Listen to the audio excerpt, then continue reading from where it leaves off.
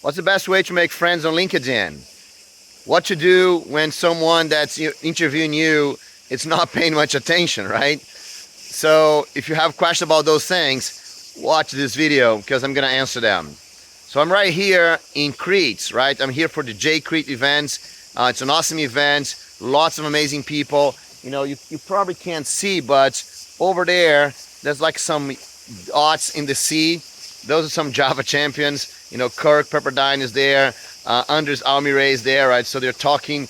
That's part of the J Crete, right? So we come to the sea and we discuss things, right? So while I'm here, I was messaging with this developer that I've met during the trip, and he just telling me that he just went to do an interview at an interesting company that he wants to work at, but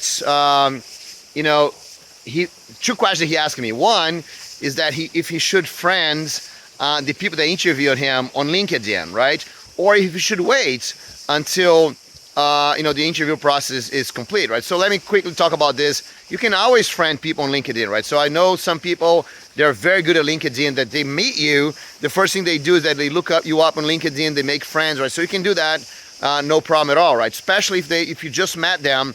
The problem that I see is that if you just are doing this because you are interviewed by those people, they might find a little weird, right?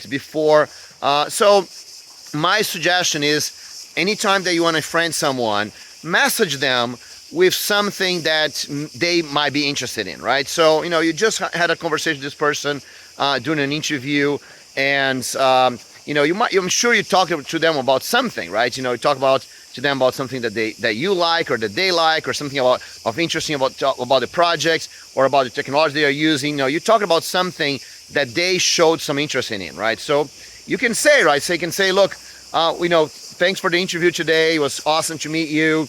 And you're mentioning that you guys are using, microservices, or you're using artificial intelligence. And, so here are some of the material that helping me to get this knowledge. You can mention something, especially if before on the conversation you said, what, that's very interesting. I'm going to send you some material about that, right? So think about that beforehand, and then you can really have a nice LinkedIn connection doing that. No doubt at all. Now, and of course, right, if you're just gonna connect to those people because of the interview, right? Maybe let's imagine that you were not interviewing. Would you be interested in connecting to those people?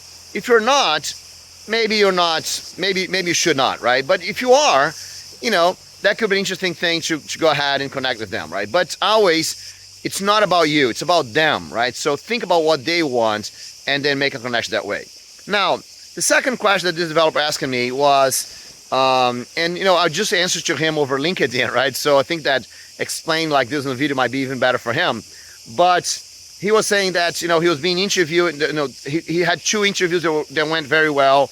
And the third interview, he was with like directors of CTO, whatever of the company, like some more important people in the company, and he had the impression that those people are not interested, right? They were just typing away on the computer. They're not paying attention. They're like disinterested in him, and that can happen, right? That can happen. People might not be interested in you because they don't see why they should be. Maybe they're forced to interview you, or they are, or maybe there's a tactic, right? They're just pretending to not be interested, right? So to not make a pressure on you.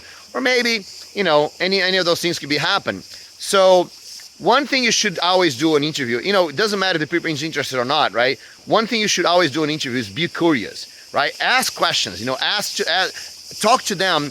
Don't be on an interview just there to answer questions. You should be on an interview in a way that you should be asking questions. You should be interested. You should be interested in the company. You should be interesting, because even if you don't get accepted, even if they don't hire you, you can always get some information about the company, something that's going to be good for you, right?